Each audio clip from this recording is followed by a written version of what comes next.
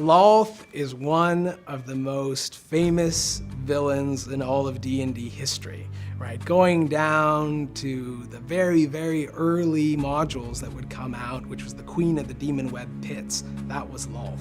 And she's made her presence felt in many other D&D campaigns since. Lolth is a goddess. She's not a demigod, she's not a powerful demon only, she's a full-on goddess. That means something in the D&D world, meaning she's a very, very powerful character and a very famous character.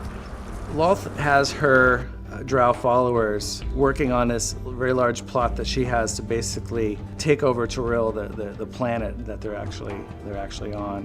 And one of the ways that she's going to conquer this world is with this ritual that the drow do.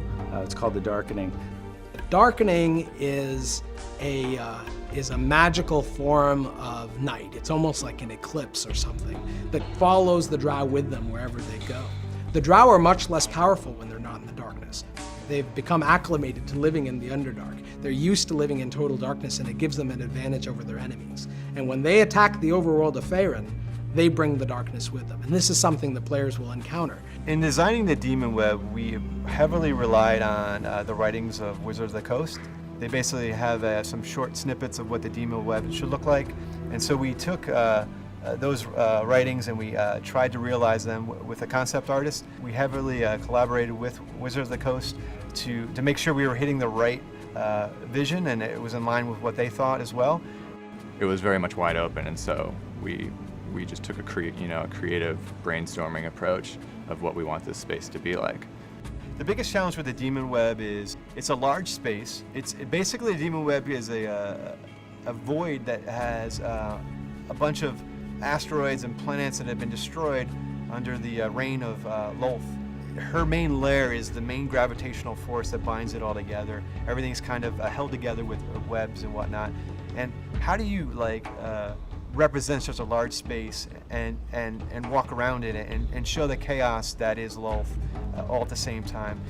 The cool thing about the Demonweb is it's really not like any other space, in that it's this kind of free-floating void in which there are all these broken pieces of world that have been, sucked in to this space by Lolth and almost, caught in her web.